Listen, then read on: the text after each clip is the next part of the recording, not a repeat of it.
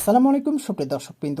বঙ্গোপসাগরে সৃষ্ট গভীর লঘুচাপ এবং অত্যন্ত সক্রিয় মৌসুমী বায়ুর যৌথ প্রভাবে দেশজুড়ে চলমান আবহাওয়া পরিস্থিতিতে অত্যন্ত সংবেদনশীল রূপ নিয়েছে।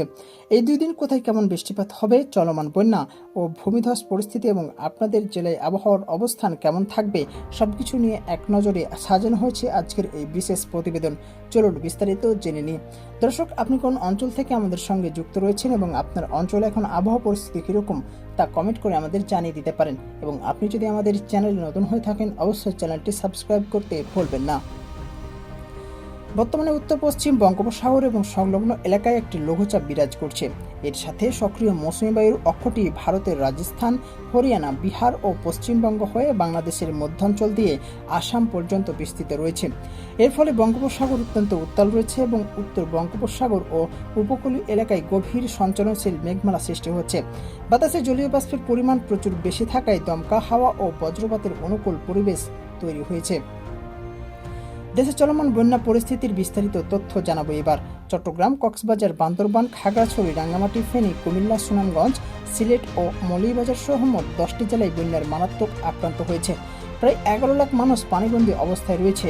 এছাড়া চট্টগ্রাম মহানগরের নিচু এলাকাগুলোতে এবং বিশেষ করে বাঁশখালী, সাতকানিয়া, লোহাগাড়া, চন্দনাইশ ও বোয়ালখালী উপজেলায় টানা ভারী বর্ষণে তীব্র জলাবদ্ধতা সৃষ্টি হয়েছে। বহু বাড়িঘর, শিক্ষা প্রতিষ্ঠান ও রাস্তাঘাট পানির নিচে তলিয়ে গেছে। যদিও 15 জুলাই থেকে পানি কিছুটা নামতে শুরু করেছে, তবে নতুন করে বৃষ্টির কারণে পরিস্থিতি আবারও অবনতি হতে পারে। সাঙ্গু, মাতামুহুরী, সুরমা ও কুশিয়ারা নদীর পানি উপচে এখন বিভিন্ন নিম্নাঞ্চলে প্লাবিত হচ্ছে। এছাড়াও চট্টগ্রাম ও পার্বত্য জেলাসমূহ বিশেষ করে বান্দরবান, রাঙ্গামাটি এবং খাগড়াছড়ির মাটি টানা বৃষ্টিতে সম্পূর্ণ সম্পৃক্ত হয়ে নরম হয়ে পড়েছে। ফলে 17 ও 18 জুলাই অতি ভারী বৃষ্টিপাতের সময় এই পাহাড়ি অঞ্চলগুলোতে নতুন করে মারাত্মক পাহাড় ধসের উচ্চ ঝুঁকি তৈরি হতে পারে। দর্শক, চলুন এবার বিভাগ ভিত্তিক এবং জেলা ভিত্তিক আরও নিখুঁত ও বিস্তারিত তথ্য জেনে নিই। প্রথমে আসছি চট্টগ্রাম বিভাগের কাছে। চট্টগ্রাম বিভাগের চট্টগ্রাম, কক্সবাজার, রাঙ্গামাটি, বান্দরবান, খাগড়াছড়ি, ফেনী, নোয়াখালী, কুমিল্লা ও চাঁদপুর অঞ্চলে বৃষ্টিপাতের সম্ভাবনা রয়েছে 95%। সাধারণত সকাল থেকে দুপুরের মধ্যে সব জেলায় অতি ভারী বৃষ্টি দেখা দিতে পারে। এছাড়াও পার্বত্য জেলাগুলোতে পাহাড় ধস এবং ফেনী ও কক্সবাজারে জলাবদ্ধতার তীব্র আশঙ্কা রয়েছে। সিলেট বিভাগের সিলেট, সুনামগঞ্জ, মৌলভীবাজার এবং হবিগঞ্জে বৃষ্টিপাতের সম্ভাবনা রয়েছে 90%। সুরমা ও কুশিয়ারা নদীর অববাহিকা সংলগ্ন এলাকাগুলোতে ভারী বৃষ্টির সম্ভাবনা তৈরি হয়েছে। নিচু এলাকায় আকস্মিক বন্যা পরিস্থিতির সৃষ্টি হতে পারে। ঢাকা বিভাগের ঢাকা, গাজীপুর, নারায়ণগঞ্জ, মুন্সিগঞ্জ, মানিকগঞ্জ, টাঙ্গাইল, ফরিদপুর, মাদারীপুর এবং শরীয়তপুরে বৃষ্টিপাতের সম্ভাবনা রয়েছে 85%। সাধারণত দুপুরের পর বা সন্ধ্যার দিকে ঢাকায় কালবৈশাখীর মতো দমকা হাওয়া সহ ভারী বজ্রসহ বৃষ্টি আঘাত হানতে পারে। সাধারণত জলাবদ্ধতা হতে পারে, তবে 18 জুলাই বৃষ্টি কিছুটা কমে আকাশ মেঘাচ্ছন্ন থাকতে পারে। ময়মনসিংহ বিভাগের ময়মনসিংহ, নেত্রকোনা, শেরপুর এবং জামালপুরে বৃষ্টিপাতের সম্ভাবনা রয়েছে 80%। ভারতের মেঘালয় সীমান্ত ঘেঁষা নেত্রকোনা ও শেরপুরের নদীগুলোতে পানি বৃদ্ধি পেতে পারে। এছাড়াও সাধারণত বিকেল থেকে রাতের মধ্যে মাঝারি থেকে ভারী বৃষ্টি দেখা মিলতে পারে এই ময়মনসিংহ বিভাগে। রংপুর বিভাগের রংপুর, কুড়িগ্রাম, লালমনিরহাট, নীলফামারী, দিনাজপুর এবং পঞ্চগড়, ঠাকুরগাঁও ও গাইবান্ধা অঞ্চলে বৃষ্টিপাতের সম্ভাবনা রয়েছে 75%।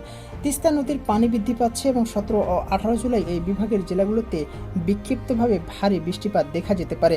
সাধারণত মধ্যরাত ও ভোরবেলার দিকে বৃষ্টির বেগ বেশি থাকতে পারে। বরিশাল বিভাগের বরিশাল, ভোলা, পটুয়াখালী, বরগুনা, পিরোজপুর এবং ঝালকাঠি অঞ্চলে বৃষ্টিপাতের সম্ভাবনা রয়েছে 90%। উপকূলীয় এলাকা হওয়ায় মেঘের ঘনঘটা সবচাইতে বেশি থাকবে। 17 জুলাই দিনভর ভারী বৃষ্টি ও দমকা হাওয়া বইবে, সাথে জোয়ারের সময় উপকূলের নিম্নাঞ্চল স্বাভাবিকের চেয়ে 2 থেকে 3 ফুট বেশি উচ্চতায় জলোচ্ছ্বাসে প্লাবিত হতে পারে। খুলনা বিভাগের খুলনা, বাগেরহাট, সাতক্ষীরা, যশোর, কুষ্টিয়া, ঝিনাইদহ, মাগুরা ও নড়াইল অঞ্চলে বৃষ্টিপাতের সম্ভাবনা রয়েছে 77%।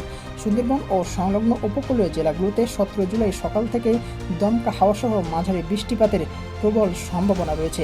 এবার আসছি রাজশাহী বিভাগের। রাজশাহী, চাঁপাইনবাবগঞ্জ, নাটোর, নওগাঁ, পাবনা, সিরাজগঞ্জ, বগুড়া ও জয়পুরহাটে বৃষ্টিপাতের সম্ভাবনা খুবই কম, মাত্র 60%। তবে আকাশ মেঘলা থাকবে এবং বিকেলের দিকে হালকা থেকে মাঝারি বৃষ্টি দেখা যেতে পারে। দর্শক, আমাদের সর্বশেষ রিয়েল টাইম স্যাটেলাইট ইমেজ অনুযায়ী বঙ্গোপসাগরের উত্তর অংশে গভীর সঞ্চালনশীল মেঘমালার বিশাল বলয় তৈরি হয়েছে। এই মেঘের গতিপথ মূলত উত্তর ও উত্তর পূর্ব দিকে, যা সরাসরি চট্টগ্রাম, বরিশাল এবং সিলেট বিভাগের ওপর দিয়ে দেশের অভ্যন্তরে প্রবেশ করছে। এর ফলে আগামী 12 থেকে 18 ঘন্টায় দেশের দক্ষিণাঞ্চল ও পূর্বাঞ্চলে ভারী বর্ষণের ধারাবাহিকতা বজায় থাকতে পারে। দর্শক, সমুদ্র বন্দরের সতর্কতা: বৈরী আবহাওয়ার কারণে চট্টগ্রাম, কক্সবাজার, মোংলা ও পায়রা সমুদ্র বন্দর সমূহকে 3 নম্বর স্থানীয় সতর্ক সংকেত দেখিয়ে যেতে বলা হয়েছে। উত্তর বঙ্গোপসাগরে অবস্থানরত মাছ ধরার নৌকা ও ট্রলার সমূহকে পরবর্তী নির্দেশ না দেওয়া পর্যন্ত উপকূলের কাছাকাছি থেকে অত্যন্ত সাবধানে চলাচল করতে বলা হয়েছে। গভীর সাগরে যাওয়া সম্পূর্ণ নিষিদ্ধ। দর্শক, জনস্বাস্থ্য, নিরাপত্তা এবং কৃষক ভাইদের জন্য জরুরি কিছু পরামর্শ রয়েছে। অতি ভারী বৃষ্টির কারণে আমন ধানের বীজতলা ও সবজির ক্ষেত যাতে তলিয়ে না যায় সেজন্য পানি নিষ্কাশনের নালা পরিষ্কার রাখতে হবে। এই 2 দিন ফসলি জমিতে কোনো ধরনের কীটনাশক বা রাসায়নিক সার প্রয়োগ করা সম্পূর্ণ নিষিদ্ধ। বিকেল বা সন্ধ্যার দিকে বজ্রপাত শুরু হলে দ্রুত কোনো পাকা ভবনের নিচে আশ্রয় নিন। বৈদ্যুতিক খুঁটি, ধাতব বস্তু ও বড় গাছের নিচে দাঁড়াবেন না। পাহাড়ের পাদদেশ বা ঝুঁকিপূর্ণ ঢালে বসবাসকারীদের দ্রুত নিকটবর্তী আশ্রয়কেন্দ্রে চলে যাওয়ার জন্য স্থানীয় প্রশাসনের নির্দেশনাসমূহ কঠোরভাবে মেনে চলতে অনুরোধ করা হচ্ছে। এছাড়াও জলবদ্ধতার কারণে ক্ষতিগ্রস্ত সড়কগুলোতে যাতায়াতে অতিরিক্ত সময় হাতে রাখুন। স্থানীয় বন্যা পরিস্থিতির কারণে কোনো কোনো এলাকায় শিক্ষা প্রতিষ্ঠানের পরীক্ষা বা কার্যক্রম সাময়িক স্থগিত হতে পারে। দয়া করে স্থানীয় প্রশাসনের সর্বশেষ নোটিশ বা নজরের দিকে নজর রাখুন।